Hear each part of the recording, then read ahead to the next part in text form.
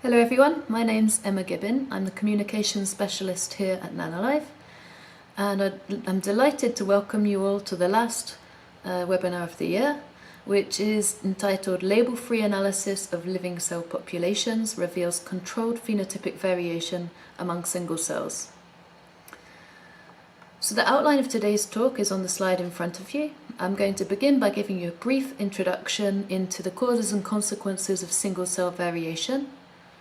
I'm then going to discuss the current methods that are available for measuring phenotypic variation and compare that to the Nanolife's solution. The main part of the presentation then comprises of 3 experiments where we quantify the variation in single cells in unperturbed conditions and in perturbed conditions, specifically targeting 2 cellular systems, intracellular trafficking and respiration. And then we're going to end, as usual, by giving some broad conclusions, some discussion points, and a question and answer session. So if you do have a question, please write it in the box at the bottom of your screens. And I will answer 3 today. If I don't have time, I will answer you personally by email as soon as possible. Okay, so let's get started. So phenotypic variation is present at almost all biological levels of organization, and it plays a vital role in determining cell fate. Most differences can be explained by genetic variation, which typically drives macro heterogeneity in a population, i.e. where cells can be split into distinct states or types. But this should not be the case in clonal cell populations, where progeny are derived from a single ancestral cell. So how can the same set of genes generate such vastly distinct stable phenotypes? Well, there are 2 sources of non-genetic variability: extrinsic factors, which relate to the environment surrounding the cell, and intrinsic factors, which are driven by complex interactions between biological processes inside the cell.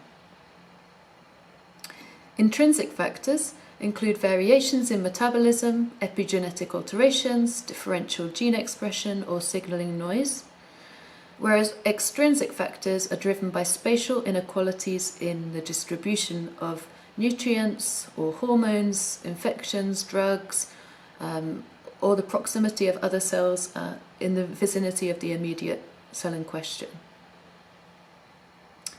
Both intrinsic and extrinsic factors drive microheterogeneity in the population, which manifests as the spread around a normal distribution.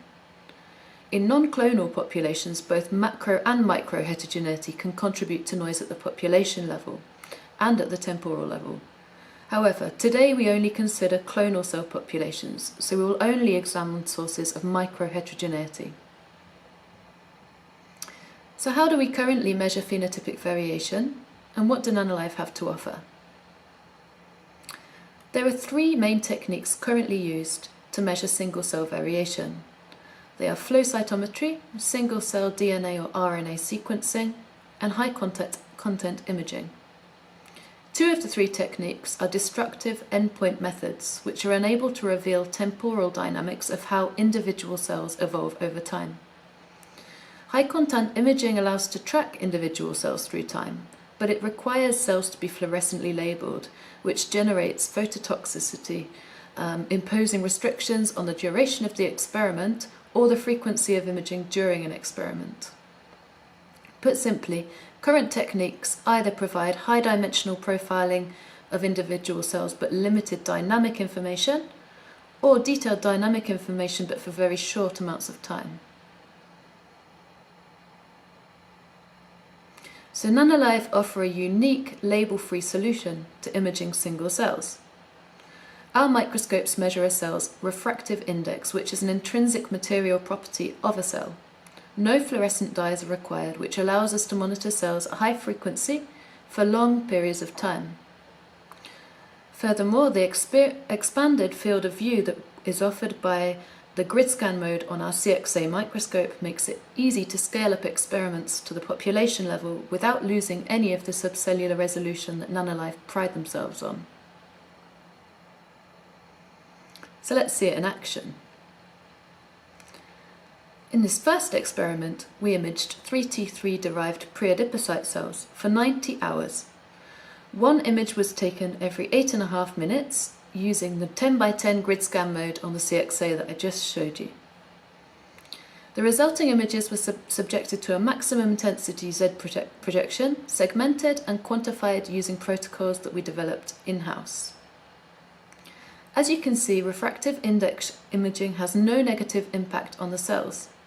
They happily move and divide throughout the experiment. The high precision of the segmentation masks allows us to quantify both the number, confluence, and cell metrics of every cell at every time point. And as you can see from the graph growing in front of you, confluence increases from approximately 9% at the start of the experiment to over 50% at the end.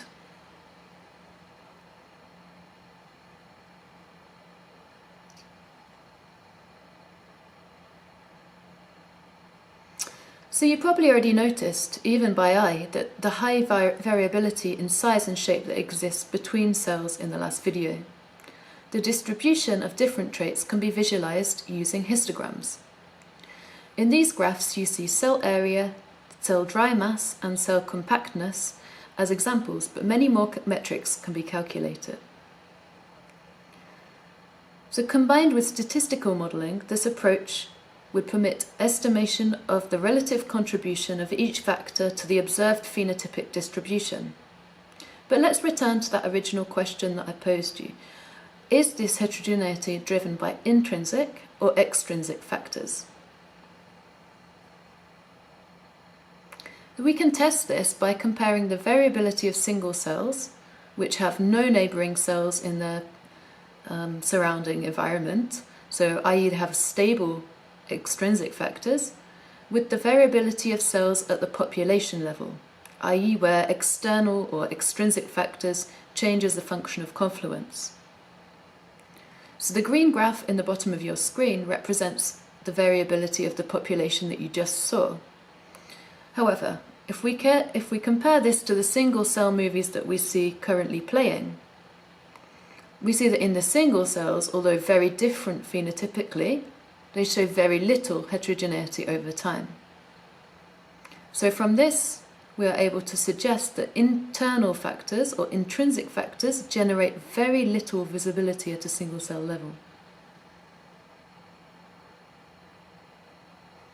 Now let's examine the response of large populations of cells over time. So in the graphs above, we show the average extent and compactness of cells, plus or minus standard error, over time. We observe a 31% reduction in average extent over the first 48 hours, and then a steady recovery over the next 48. The opposite pattern is observed in average compactness. We see an increase over the first 48 hours, and then a reduction over the second half of the experiment. The important thing that I want you to notice here, however, is the reduction in the variability of the two traits, as can be seen by the tapering of this standard error over time. So to check this is not simply related to the increase in cell number, we can quantify the coefficient of variation. So we calculate that by calculating the ratio of the standard deviation to the mean. And we see the same pattern emerges. So these two observations strongly suggest that the reduction in variability is related to extrinsic factors, most likely to cell crowding, as cells must adapt to a more constrained, limited space.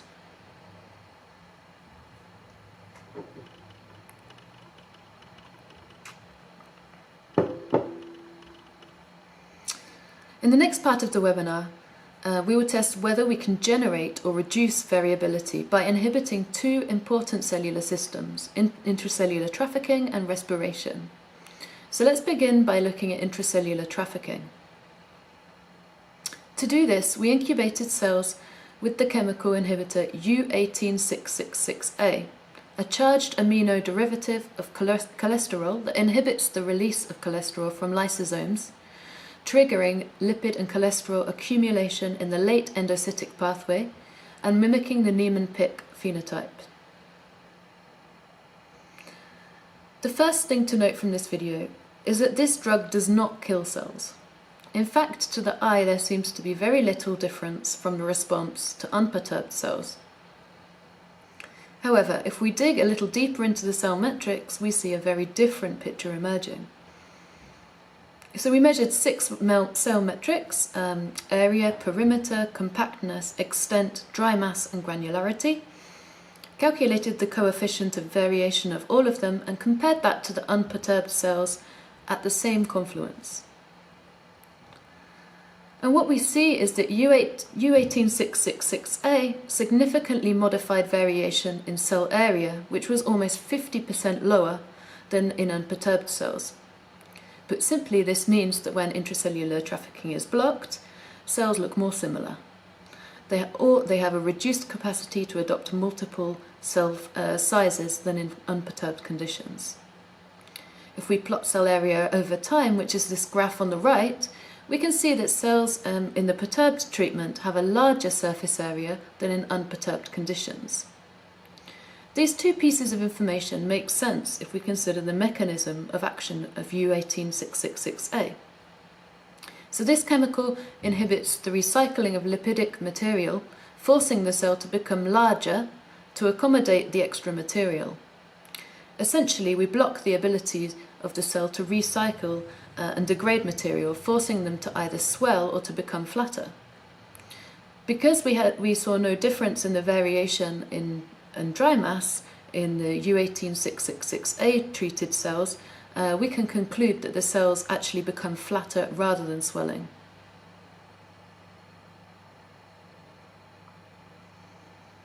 So the only other trait where variation was affected was granularity, where we observed a 16% reduction in the variability of single cells over time.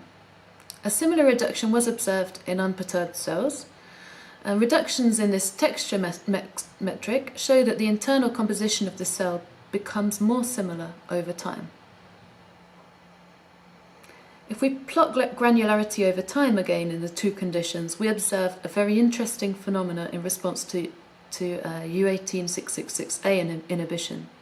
So we see a sharp increase that occurs very early on in the incubation period, in the first 4 hours, before it stabilizes. So this is likely linked to the change in material flow through the cell. If we block intracellular trafficking, the formation of late endosomes is induced, changing the aspect of the cell. So we can look at what happens over those first 4 hours in more detail using the other microscope, the three-dimensional cell explorer fluor. And what we see is that after 30 minutes of incubation, we see these bright spots in the cell, which represent the formation of late endosomes. And after 30 minutes, the majority of these endosomes are situated around the nucleus. In comparison, a bit later, so after 120 minutes of incubation, we see that they are now distributed widely throughout the cell cytoplasm. And this may be one reason why we see this increase in granularity or in texture complexity. So this finding highlights why it's important to collect information from both population and single cell level if we want to try and identify the mechanism of action by which a drug functions. So now let's look at how cells respond if we perturb respiration. This time we use rotenone as an inhibitor. So this chemical blocks the transfer of electrons from the iron-sulfur center in complex 1 of the electron transport chain to the ubiquinone pool, which leads to an early blockage of oxidative phosphorylation and thus limited synthesis of ATP. So we can see here the cells respond immediately to rotenone perturbation, as is highlighted by this rapid increase in confluence. We then see a subsequent reduction and stabilization in the confluence level. You may already be able to notice differences compared to the control by eye. But it's maybe clearer to see even from these segmentation masks that many cells develop either additional or elongated protrusions. If we take a closer look at what's going on and compare it to the control, we can see that interfering with the respiration system increases the variability in cell area by 75% during the recovery phase. And if we look at what's happening across time, again, compared to the control, then we see that the cells initially swell upon addition of the drug, before the average cell returns to a level similar to that in unperturbed cells. So similar increases in variability are observed in extent, dry mass and granularity, suggesting that perturbing respiration has a really strong impact on cellular heterogeneity. It generates a lot of noise in the population. But what does this mean at the level of the single cell? So if we look at single cells at different stages of the recovery process, we can observe a wide range of various topologies that appear to get more and more accentuated over time. So here we see after 150 minutes of incubation, we start to see the development of these extended protrusions, and there are more of them.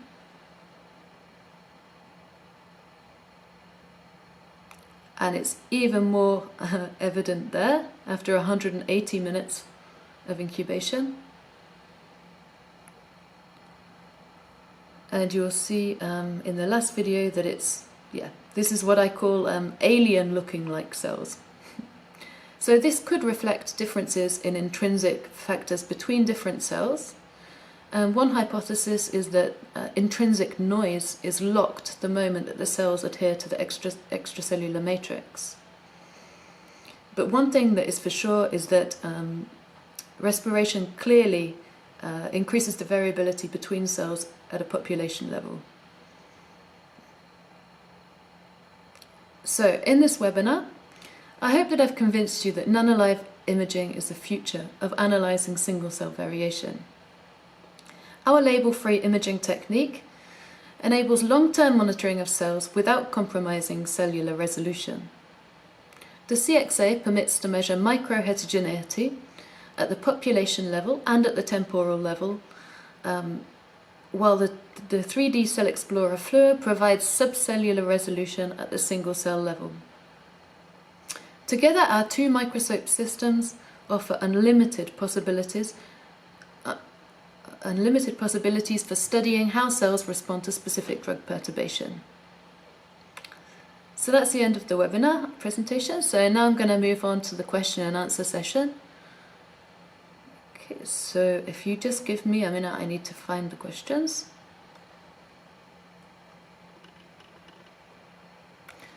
Okay.